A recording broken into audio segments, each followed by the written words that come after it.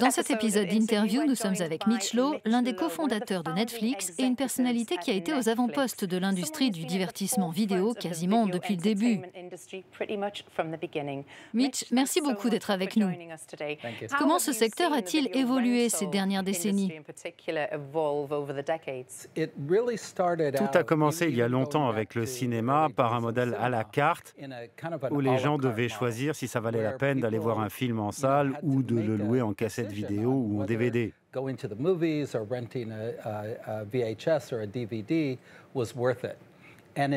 Et ce modèle a pris la forme d'un abonnement qui apportait tout un tas de choses positives.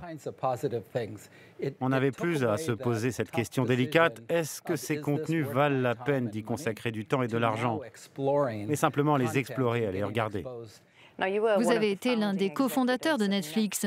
Comment avez-vous vécu cette aventure? On n'imaginait pas que Netflix deviendrait un nom connu, au point de devenir un verbe.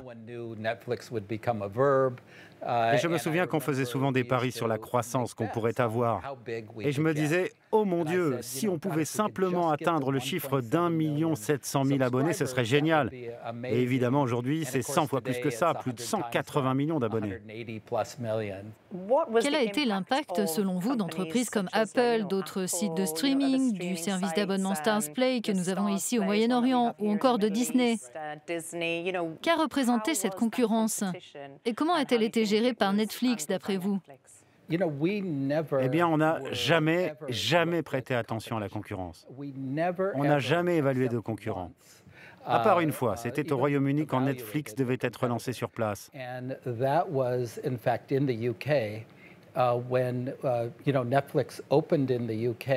On avait entendu dire que le groupe Amazon démarrait son offre lui aussi, et c'était un concurrent qui nous terrifiait à l'époque. Alors on a gelé toute l'opération.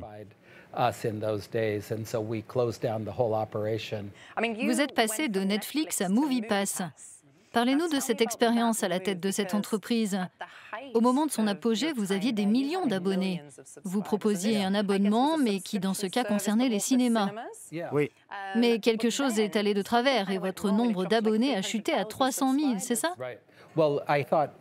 C'est ça, je pensais qu'on pouvait faire dans les cinémas ce que nous faisions chez Netflix, à savoir supprimer les obstacles à l'expérimentation et à la découverte. Mais il s'est avéré que notre croissance a été trop rapide. Au bout de 3 mois, on en était à 3 300 000 abonnés payants et c'était simplement trop. Donc on a implosé 9 mois après. Nos investisseurs ont dit « Ok, on arrête ». Ce que j'aurais dû faire, c'est contrôler cette croissance. Un autre défi que nous devons relever en ce moment, c'est la pandémie de Covid. Elle a des répercussions énormes, en particulier pour les salles de cinéma. Selon vous, quelle ampleur ont-elles? Heureusement, il ne s'agit pas d'un impact à long terme ou d'un impact permanent. Donc j'espère que les cinémas se rétabliront et comprendront qu'ils doivent évoluer. Vous savez, MoviePass visait à secouer le monde du cinéma pour faire comprendre que les consommateurs veulent plus que des films. Notre capacité d'attention se réduit de plus en plus et on ne veut plus aller dans un cinéma pour rester assis pendant 2 heures dans le noir et regarder un film. Pourquoi ne pas proposer des soirées marathon de 6 heures où l'on peut voir tous les épisodes de Stranger Things à la suite? Mais financièrement et économiquement, les cinémas peuvent-ils survivre? Le plaisir d'aller voir un film, c'est bien, mais peuvent-ils tout simplement se maintenir à flot? Oui, je pense qu'ils doivent être innovants en termes de contenu. Et tout l'enjeu, c'est qu'ils doivent reconnaître que les gens voudront sortir et interagir socialement en groupe. Quand nous aurons un vaccin, bien entendu, mais pas seulement pour voir des films qui durent 2 heures. Pourquoi ne pas leur proposer des événements en lien avec le sport ou le jeu vidéo? Comment se situe cette industrie ici au Moyen-Orient, aux Émirats arabes unis, en particulier à Dubaï, par rapport au reste du monde? Quelle est l'importance de ce secteur dans la région? Pour moi, l'une des choses les plus intéressantes avec les sites de streaming comme Netflix, c'est cette sorte de pollinisation croisée des contenus. Et je pense qu'avec tous les jeunes et tous les créateurs de contenus inventifs qui sont présents au Moyen-Orient, les conditions existent pour développer une grande industrie de production d'émissions télé et de films de qualité qui pourraient être populaires dans le monde entier. Et donc, il faut vraiment permettre à cette communauté créative de produire des contenus et de les distribuer.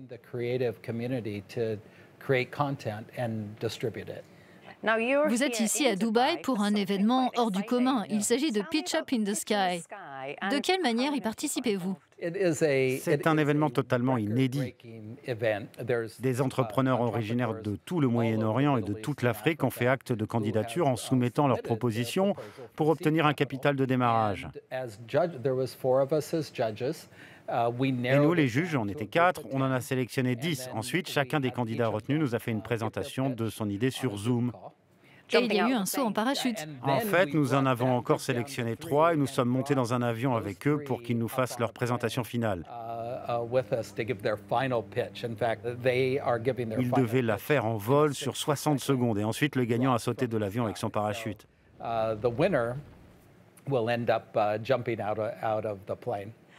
Quel conseil donneriez-vous à ces entrepreneurs sur ce qu'il leur faut pour réussir? Vous savez, il y a toutes ces choses que l'on entend tout le temps, être persévérant, avoir les bonnes personnes autour de soi, faire preuve d'une grande intégrité. Vous devez maintenir la dynamique, vous améliorer en permanence, emmener vos investisseurs avec vous, emmener votre équipe avec vous et avancer pas à pas, progressivement, ni trop vite, ni trop lentement. Revenons au secteur du divertissement. Je vous pose la question à $1 million. Qu'est-ce qui nous attend dans l'avenir, selon vous? Il est clair que la pandémie de Covid a fait augmenter la consommation de contenus de divertissement. Et je crois que cela a aidé les gens à traverser cette période très difficile.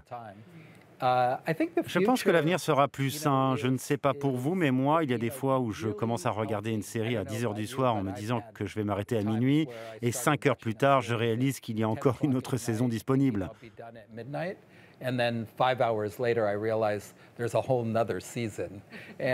Donc pour moi, on a atteint un point de rupture. Vous savez, le PDG de Netflix, Reed Hastings, a parlé une fois de concurrence et il a dit « Mon plus grand concurrent, c'est le sommeil ».